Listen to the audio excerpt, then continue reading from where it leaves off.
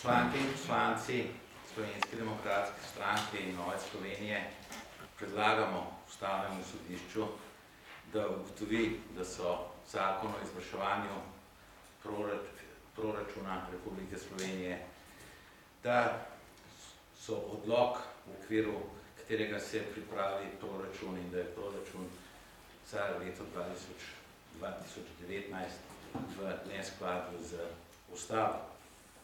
Poleg tega predlagamo Ustavnemu sodišču, da ravno tako ugotovi, da so odlok v okviru za pripravo proračunov sektorja država v nasprotju z zakonom o fiskalnem pravilu.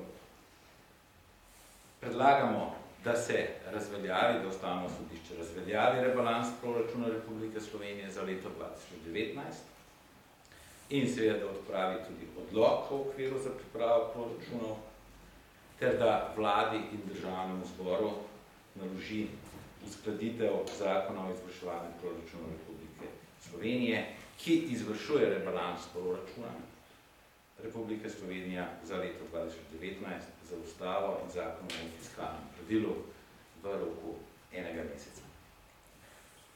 Spoštovani, kot ste ugotovili, gre v bistvu tukaj za tri pravne predpise, za tri predpise.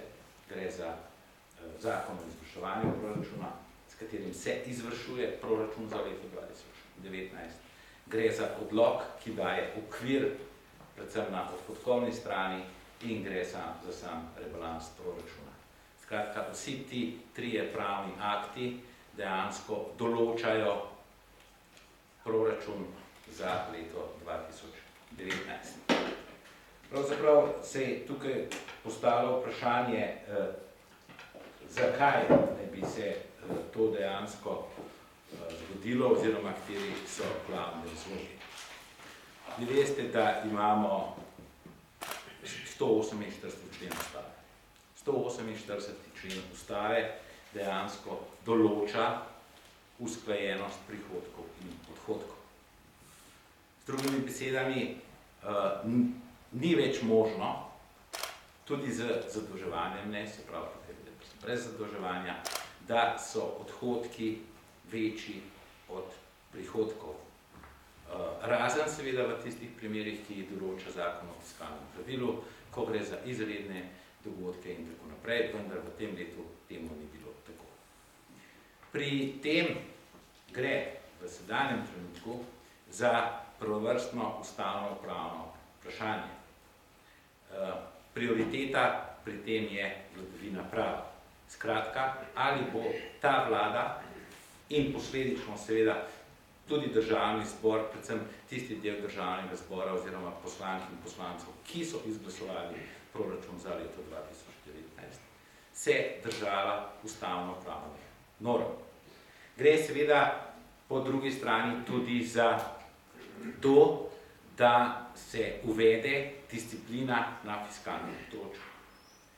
Da se uvede fiskalna disciplina, če želite, z drugimi besedami, da se dejansko troši toliko, kot se ustvari, oziroma da se troši v skladu z fiskalnim zakonom. Seveda se tukaj zdaj vprašamo, na podlagi česa. Mi imamo danes fiskalni svet. In fiskalni svet je dal mnenje o proračunu, rebalansu proračuna za leto 2019. In fiskalni svet je dejansko ugotovil, da odhodki presegajo prihodke za 270 milijonov, oziroma da so za 270 milijonov preveliki. Poglejte, zaradi teh 270 milijonov se seveda ne bo zgodilo kaj dosti na ekonomskem ali finančnem vprašanju, gre pa za vprašanje higiene in discipline. In gre za vprašanje vladavine prava, se pravi, ali se bodo v tej državi na finančnem področju upoštevale pravne norme, ki so dane tako z Ustavo, kot z zakonom o fiskalnem pravilu. Fiskalni svet je samostojen, neodvisen in prav, da je tudi organ, katerega beseda mora nekaj zaleči. V tem primeru vlada ni upoštevala z tega stališča fiskalnega sveta. Vlada tudi ni upoštevala stališča pri odloku, ki določa okvir porabe, in niti ni pripravila triletnega razvoja odhodkov, da tako rečem, ampak samo enoletnega, zaradi tega je seveda tudi odlok v nasprotju z zakonom o fiskalnem pravilu. Seveda je treba dati fiskalnemu svetu določeno težo in morajo imeti. In fiskalni svet je ugotovil presežek teh odhodkov na podlagi zakona o fiskalnem pravilu 3. člena, kjer je tako imenovana švicarska formula, popravljena švicarska formula, o kateri seveda lahko razpravljamo in smo razpravljali tudi takrat, ko smo sprejemali ta zakon o fiskalnem pravilu. Vendar danes velja. Danes velja. In dokler se ne spremeni, in dokler se ne spremenijo tudi vse ostale okoliščine, toliko časa imamo seveda ta zakon, to formulo, in na podlagi te formule je seveda treba določati javnofinančne dokumente. In seveda ocenjujemo tudi, da zaradi tega bo v enem mesecu po odločitvi Ustavnega sodišča, mi seveda ocenjujemo oziroma menimo, da je ta proračun neustaven, vlada lahko popravila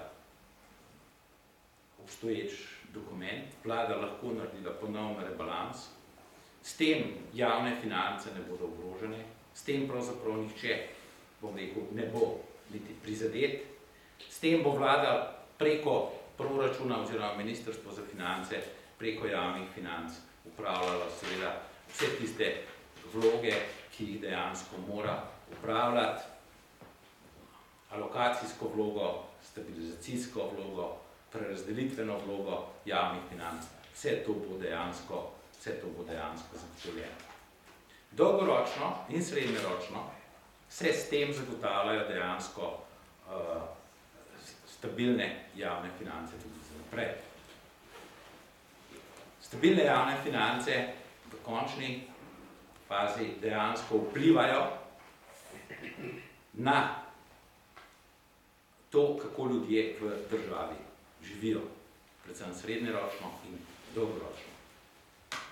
Stabilne javne finance zagotavljajo večje blagostanje, zagotavljajo večje zaposlovanje, večjo zaposljivost in nenazadnje seveda tudi večje dohodke ljudi. In ravno zato, da imamo stabilne javne finance, smo v Ustavo napisali tako imenovano zlato fiskalno pravilo, ki ni le slovenski izum, ampak je evropski izum. In je v skladu tudi z 8. členom Ustave, ki govori o mednarodnih aktih in o tem, da mora Slovenija upoštevati tudi mednarodne akte, kar pomeni, da gre z drugimi besedami tudi za stabilnost evropskega finančnega in ekonomskega prostora. Treba je dati težo zakonu o fiskalnem pravilu, treba je dati težo fiskalnemu svetu, nenazadnje člani in zakon so bili sprejeti z ustavno večino, se pravi dvotretjinsko. Treba je zagotoviti stabilne javne finance in treba je zagotoviti vladavino prava v državi, seveda tudi na finančnem področju. Toliko sem jaz imel za začetek. Hvala. Vprašanje. Se bi nazval Televizija Slovenija, kdaj pa nameravate vložiti to zahtevo na Ustavno sodišče in ali vas bo še kdo tukaj pri tem podporil? Oziroma ali bo še kdo sodeloval? Je že na Ustavnem sodišču. Aha, je že. To veš nekaj dala. Ja, še drugi del vprašanja. Samo to je projekt SDS-a, ni še nikoga. Ne, projekt, kot sem rekel, poslanci in poslanke Slovenske demokratske stranke in Nove Slovenije. To je bil prvi stavek, ki sem ga povedal. Se pričujem, da se preslišal. Mihael Lešnik, gospod Čircelj, če Ustavno sodišče ugotovi neskladje proračunskih dokumentov z Ustavo, kakšne politične posledice ali pričakujete, da bo vlada takoj za tem odstopila?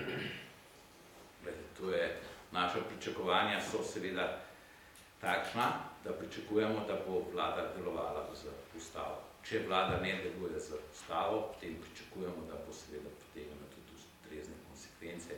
Eno izmed njih je seveda tudi, da takoj odstopi.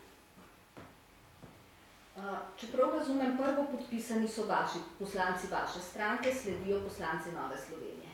Je tako? Glejte, vrstni red podpisov pa ne poznam. Je tako. Ne boš je tako. Ste povabili na tiskovno tudi predstavnika Nove Slovenije? Ja, seveda. Je prepustil to tiskovno konferenco, da je upravljal. Besedilo je pripravil gospod Avdel, v sodelovanju z drugimi strokovnjaki, če sem prav. Sodeloval je tudi gospod Avdel in drugi ekonomski, pravni strokovnjaki. A ste to vaša stranka naročila ali NSI? Namreč pred 3 tedni je NSI napovedala, da bo vložila svoj predlog, kateremu bo povabila vas in da ga bo naročila gospodu Avdelu. Zdaj ste na tiskovni vi, zdaj malo me zanima, kako je to šlo med vami. Glejte, jaz z Novo Slovenijo, mislim, teh organizacijskih zadev moram reči, da se z njimi nisem ukvarjal. Pri tej, še enkrat podarjam, presoji oziroma pri tem dokumentov so sodelovali številni ekonomski in pravni strokovnjaki. Lahko poveste konkretno, kdo še? Nimam pooblastil, da bi za kogarkoli šel. V koliko času mislite, da bo Ustavno sodišče presojalo? Ker če bo v takem roku kot običajno, potem tole ne bo več, bo že proračun zdavnaj porabljen, ne? Prednostno. Prednostno ste predlagali. Da se prednostno pa še vedno ne pomeni. In ne nazadnje lahko Ustavno sodišče samo določi rok. Vsekakor mi si želimo to čim prej. Mi menimo, da je zadeva urgentna, ne samo za ta proračun, ampak tudi, da se postavijo pravila za naprej. Seveda pa ne moramo izvajati kakršnega koli pritiska in daleč od tega Ustavno sodišče tukaj samostojno in neodvisno. Je pa gospod Čircelj tukaj nenavadno, da v teh 3 odlokih, ki jih spodbijate na Ustavnem sodišču, se eden navezuje tudi na proračun iz leta 2018, pa je že izvršen. Mislite, 3 dokumentov. Ja. Na 3 dokumentov, ja, seveda, ker je pač ta odlok bil tudi dejansko tako sprejet. Mislim, tukaj gre nič posebnega. Ni nič posebnega. Je en in isti dokument, dejansko. En in isti odlok. Še eno vprašanje. Vlada je sprejela že nov odlok, letni, najvišje te odhodke. Fiskalni svet bo kmalu to ocenil, ker ima rok pač 15 dni, potem bo parlament to obravnaval. Ali boste tudi to dali na Ustavno sodišče, če fiskalni svet slučajno ugotovi, da morda tudi ta ni ustrezen? Veste, kaj se pa dogaja, da je težko reči. Najprej moramo zdaj videti ta odlok. Glede prejšnjega odloka pa lahko rečem, da ni bil posredovan v postopek skupaj z ostalimi akti, z proračunom in tako naprej, kar nalaga tudi zakon o fiskalnem pravilu. Kar pomeni, da v tem primeru ta prejšnji odlok je bil v neskladju z zakonom, tako rečemo. Kaj bo pa za prihodnjim odlokom, katerega posebno ne poznam, je težko reči. A pa lahko dobimo to vsebino, ta dokument, ustavljeno Seveda, boste dobili. Hvala. Hvala.